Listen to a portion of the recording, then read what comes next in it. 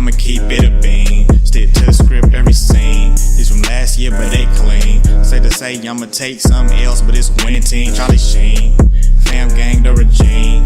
I'm from Potty Green. What's goody, Shellitronnn here. You can call me Shells, and I'm back at it again with a brand new video, and I'm gonna keep it a Bo-Bay biscuit. In this video, I'll admit right now, I do not know that this is gonna be happening, but I think this is a topic that's on the minds of just about every single Panthers fans in light of all the things that we've seen go on in the past, 3-4 days with the Panthers, but not just the Panthers, but other teams in general. This has been, so far, in just the very early part of the free agency period, the end of an era for a lot of teams. Obviously for us, Cam's gone, TD left last year, Greg Olsen left. We have, obviously, Luke retired after only 8 years in the league, and there's a lot more things that have been going on. But we're also seeing how Jameis Winston got replaced by Tom Brady, who was in New England for 20 years. And a guy I want to focus on here, Todd Gurley, is no longer a member of the Los Angeles Rams. If you'll remember, just 2 years ago, Todd Gurley signed a 4-year, I think it was like $57 million contract, which ended up coming out to about $14.5 million per year. After his second year into the contract, the Rams just went ahead and cut him and got rid of all that dead money, and now he's on the Atlanta Falcons. And looking at that situation and seeing how cutthroat this league can be, and even just looking at how the Panthers have been over the last 3-4 days, it's making me and a lot of other Panthers fans ask this question: will the Carolina Panthers trade Christian McCaffrey? Now look, I think we all can see what's been going on with the Panthers. There's been a lot of guys who are high-profile members, guys who have big voices, guys obviously like Cam, TD, Greg Olsen, Luke.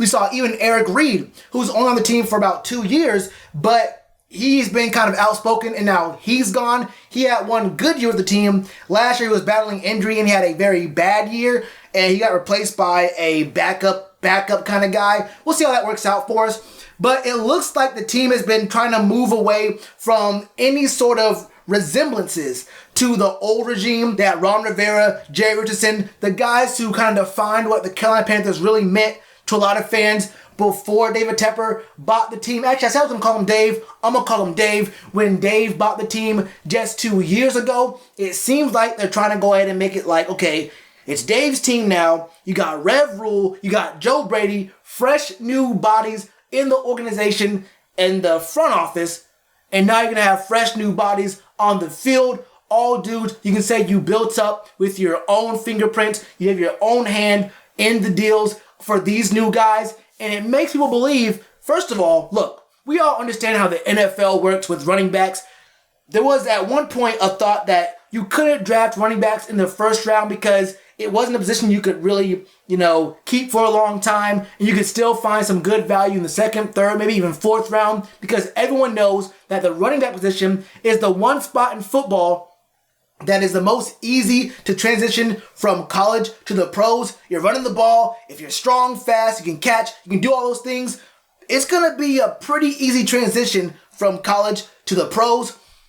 So why draft guys that high? And then people realize, wait, what we can do is draft a guy in the first round, draft elite talent that we're sure of, there's no questions about, have them on the team for their first 4 years under contract, pick up their 5th year option, and then in their 6th season, you go ahead and franchise tag them. In their 7th season, you franchise tag them. They can no longer be franchise tagged, but at that point, they're kind of older and you don't have to give them a big contract. And the guys who actually were given big contracts, guys like Todd Gurley, guys like Zeke Elliott, who we did just only see 1 year of him, and this play did kind of fall off, but I think that's more indicative of the Cowboys going down early. You can't really run the ball when you're down 2-3 scores. You got to pass the ball to get in those games, and he did kind of miss a lot of the preseason and training camp and all that kind of stuff. But when you see these running backs get paid $14, $13 million a year, it is a lot of money to really be sinking into a position that, like everyone understands, is very easy to approximate with a rookie coming in on a rookie deal, when you could just easily just say, okay, let's give you 400 touches in a year. But if you have a guy like C-Mac who's versatile, give him 300 on the ground and then get him like 100, 120 through the air, You can really put a lot more touches on guys like C-Mac, and they understand that, look, once that contract comes around, one thing's going to happen. Either one, they're going to try to go ahead and just franchise tag you, and no running back wants that. Running backs and just any player in the league, they want to have that long-term security, and franchise tags are really the team betting against the player. It's a one-year deal, so if you get hurt, the team is no longer under any sort of contract with you. They can just go ahead and let you go. You have no sort of leverage with your team or any other team. In fact, other teams have leverage over you because, one, you have all the touches on your body. Two, it's so easy to replace you with other guys. And three, you have that injury. So it's kind of hard to say, I'm worth this amount. They're saying, well, if you're worth this amount, we can just get another guy who is not injury prone, and we can maybe approximate your value with him. It's a really tough road for running backs in the NFL. But talking about Christian McCaffrey specifically, this team really has almost no cap room. I think at this point, there's, like I said, just really literally almost no cap room, and we know that number's going to go down. We have to sign guys who are going to be drafted this year, but there are also some guys who are on the roster right now who will not make the team, so we're going to lose some money here or there. But there's also the very real possibility that Christian McCaffrey's looking around, he's sitting in the locker room getting thinner and thinner and thinking to himself, hold up. If Cam's gone, the O-line might look maybe different, but is it actually better than it was last year? The defense, I'm not really all that sure, has gotten better. There are some holes that have been filled, but I'm not really all that sure that it's been improved. And then, are you going to still have me running the ball a lot, every single down, catching 100 plus catches in a season? I mean, if I'm going to be having the same kind of workload, I should probably renegotiate right now, and there's no way the team renegotiates without him sitting down and saying, look, I'm going to hold out. If he holds out, the team might just consider just trading him. Because there's really no money to pay Christian McCaffrey what the market's going to bear. Like, if he wants an actual contract, it's not going to come from the Panthers. And I think we know that. He knows that. The front office knows that. So any kind of holdout for him really just becomes a trade scenario, because there's never going to be a time where the team can come up with the money to pay him. And teams in general just do not want to pay running backs that kind of money unless they're already right there in the mix of getting a Super Bowl win like the Rams were 2 years ago. They made the Super Bowl. That same year they paid Todd Gurley, and he had a great year. Up until the back end of that year where his knee got messed up. And when I say messed up, it just exploded. His knee is no longer just stable anymore. He cannot stay in the rigors of a full 16-game schedule. And obviously we know that Christian McCaffrey has been healthy. C-Mac has held on with these heavy loads over the past 2 years. But let's be honest, the man is human. And if those hits, and though it is constantly being on the field, has not caught up to him just yet, they will at some point. And he is due for a contract either this upcoming year, or if they do the 5th-year option, then the next year. But you do not want to let them juice you, squeeze all they can out of you, especially after seeing what he was doing last year and how much he was, honestly, 100% of the offense. We know that DJ Moore got 1,200 yards last year through the air. But if you ask anyone, everyone understands that the Panthers went as C-Mac went, and that's just the way it goes. So he understands what his importance is to this team, and so does the Panthers front office. I wonder exactly what would the team value more? The trade assets they can get for Christian McCaffrey, because there are some teams who are running back away from being contenders, making and winning a Super Bowl, and there are some teams who could really be in position to trade away some assets to get Christian McCaffrey, because we all understand that C-Mac is the best running back in this league. You could maybe argue one or two guys, maybe, but I don't think I'm being a homer when I say that Christian McCaffrey is definitely the most versatile running back in the league, probably one of the fastest in the league, and probably one of the hardest working in the league. The Panthers might be thinking to themselves, hold up, there's only really one more guy on the team with a high profile who we can probably get a lot more picks for, get some money off the books, and if you're not going to pay him now, and if you're not going to pay him later on, you should try to trade him sooner rather than later, because you're going to just get more and more hits on his body, and that's going to be even more leverage for other teams to say, we don't want to give up this many picks for him, we don't want to give up this many picks / players for him. The team could be saying, hold up, this could be the perfect time to go ahead and get from under Christian McCaffrey.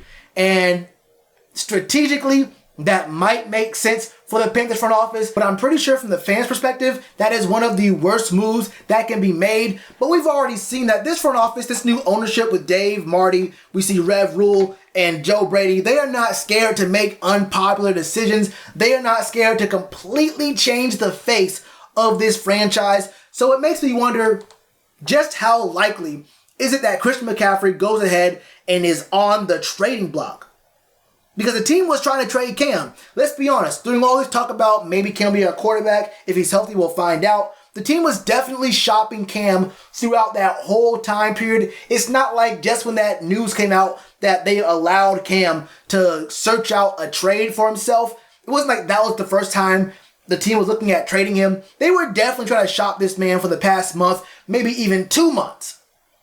Christian McCaffrey could be a guy who the front office says, obviously, we recognize how good this man is. Everyone knows how good C-Mac is, but the money he's due to make very, very soon, and the position the team is in right now, and will probably be in for the next 2 years, maybe even 3 years, I don't really know just how many wins keeping Christian McCaffrey on this roster is going to translate to.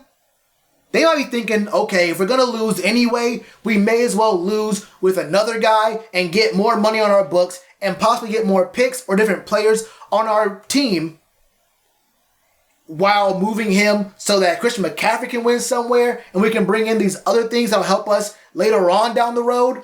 I can definitely see this front office is going ahead and saying, look, this is the last guy who really has any sort of connection with the old regime. He's a younger player, obviously, but he is a guy who is kind of firmly, I think, cemented in the old regime, and just about everyone else is a little bit newer, a little bit younger, and they can build them up to be part of this new Joe Brady, Dave, and Rev Rule system.